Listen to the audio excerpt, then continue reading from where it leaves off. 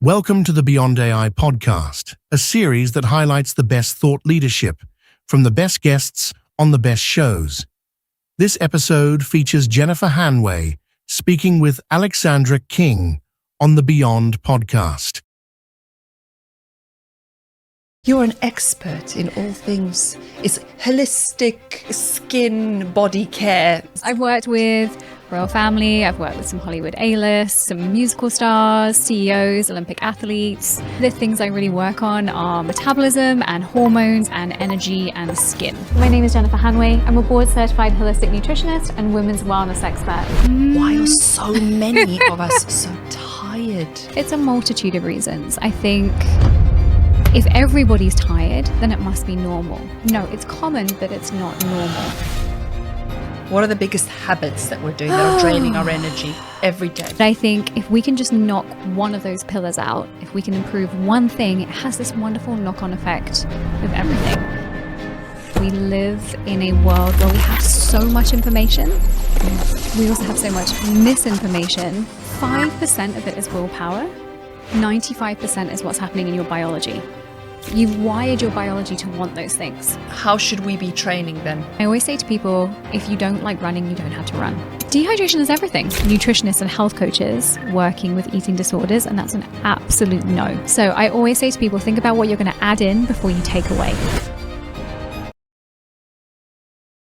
What people don't understand is it is the one thing that you can do to make your life easier.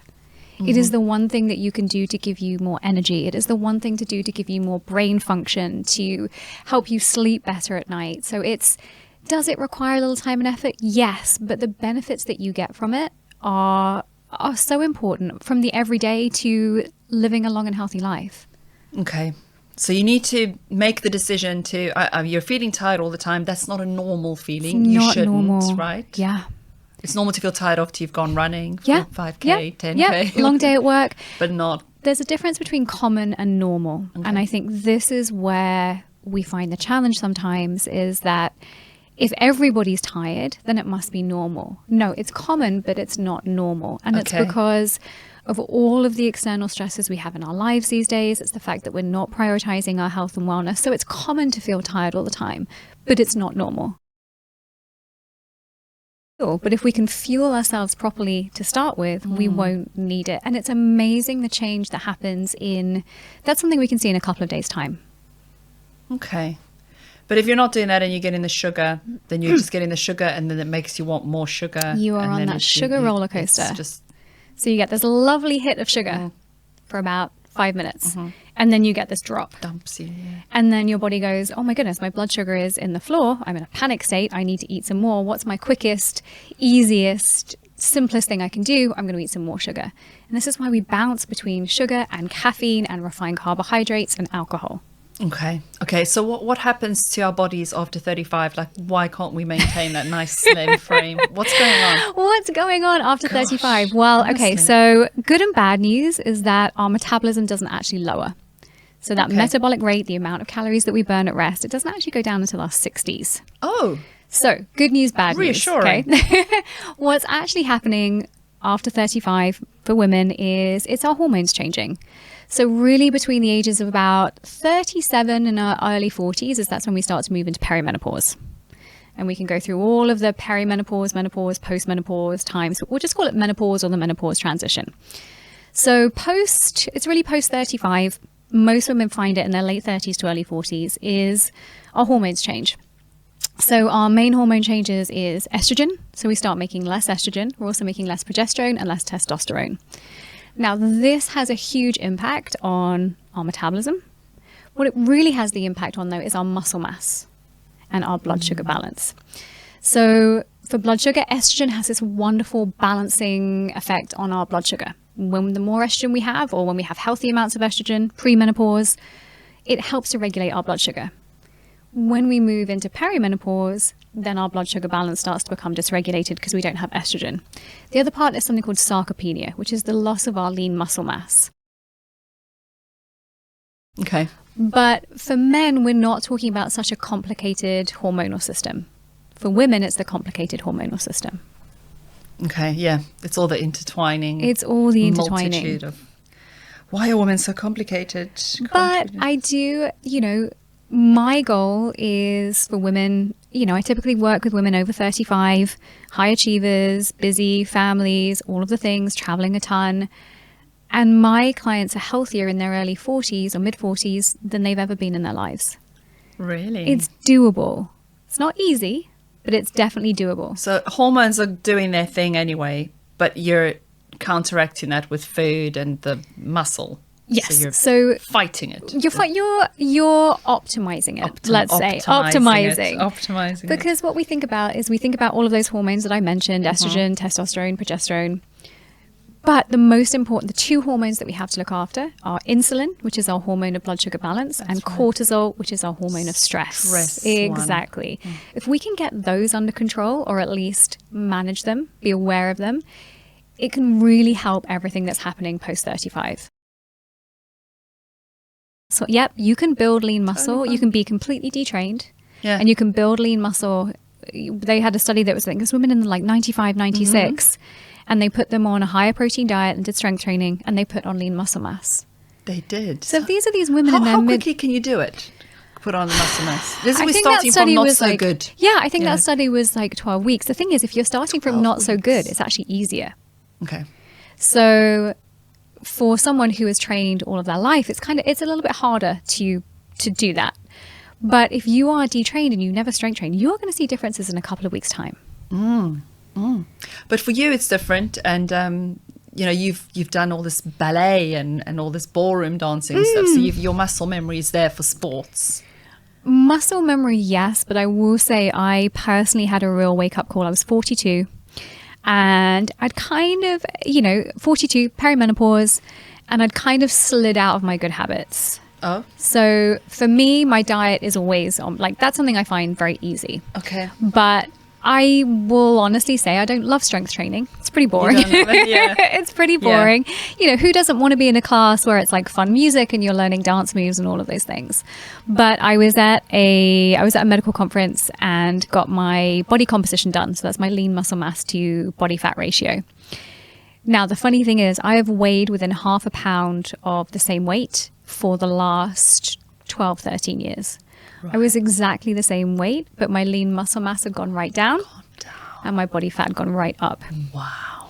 So for me, that was a real weight, and I was feeling a lot softer in my body. Yeah. I do love my coffee. Now, that's usually the two things I get asked about is, do I have to give up coffee? 99% of the time it's no, but let's make your coffee healthy. The other one I always get asked about is cheese. Usually that's a yes, but we'll do something healthier with the cheese as well, but coffee. Yeah. So the only people that shouldn't be having coffee is if you're having extreme thyroid issues or if you're having adrenal fatigue. Because what coffee does, coffee has caffeine, it's a stimulant, it can tax our energy systems in the body. But for most people, we just have to be careful with coffee, and we can actually make it a health food. So probably the same in the UK, but in the US, coffee is most people's main form of antioxidants. So antioxidants, type of vitamin and mineral, we need them for everything, for energy production, for fighting free radical damage, the whole thing. Okay, before you continue, can I ask? So when you're having like your Nescafe and you're putting that in, is that okay? You're going, So we're not going to do Nescafe. Okay. Come on, you're better than Nescafe. I always say to people, it's easy. No, it's funny. My dad drinks instant coffee, and I come home and I travel with my coffee. It's instant. It's there, but it's not good for you. If we're going to do coffee, let's make it good for you. Let's make it a real source of antioxidants, and those antioxidants are wonderful for your immune system, for your skin, for your hair, for your energy. So if we're doing coffee, we want to do organic coffee. Organic, okay. Yeah, organic coffee, and then really looking at something that if we can get it organic, ideally low acid. That's a hard one to get. I can't think of the brands off the top of my head here, but organic, low acid. Obviously, we don't want to be adding sweetener. Oil. Now, I'll caveat that with saying always check that with your healthcare provider first, because supplements can be powerful. So there's some foundational things that we can all be doing. Collagen is wonderful for skin. Creatine is wonderful for our lean muscle mass. But really, Get your diet right, get your exercise right, get your sleep and stress right, see your doctor, supplement is needed. Okay, supplement is needed. Okay, what are the warning signs of a burnout? I really think it probably starts but I never want to get to someone at burnout, because what I'm thinking about when I think burnout is I'm thinking adrenal fatigue or adrenal dysfunction. So I've actually seen it in a couple of clients, and I've seen lab work, and really when I'm thinking burnout is someone has been in a state of high or dysregulated cortisol for a long time. Then what happens is that their body stops making cortisol, or their cells stop being so sensitive to it, because they've just been in a state of high cortisol for such a long time. What do we start to see beforehand? So always feeling tired, or a big one is tired and wired. So you wake up in the morning and you're tired, but also your mind's racing, like you're anxious when you wake up in the morning. Not having the energy to work out, not having the drive and the get up and go. So losing the passion for the things that you once loved to do. All of that's not normal then. It's not You're normal. losing all that passion. Again, it's not normal. Yeah. Now, number 2 is about food timing.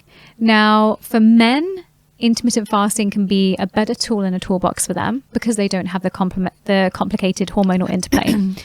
For women, our bodies go through enough stress with our hormones anyway, especially perimenopause, lowering of estrogen, progesterone also help our stress levels.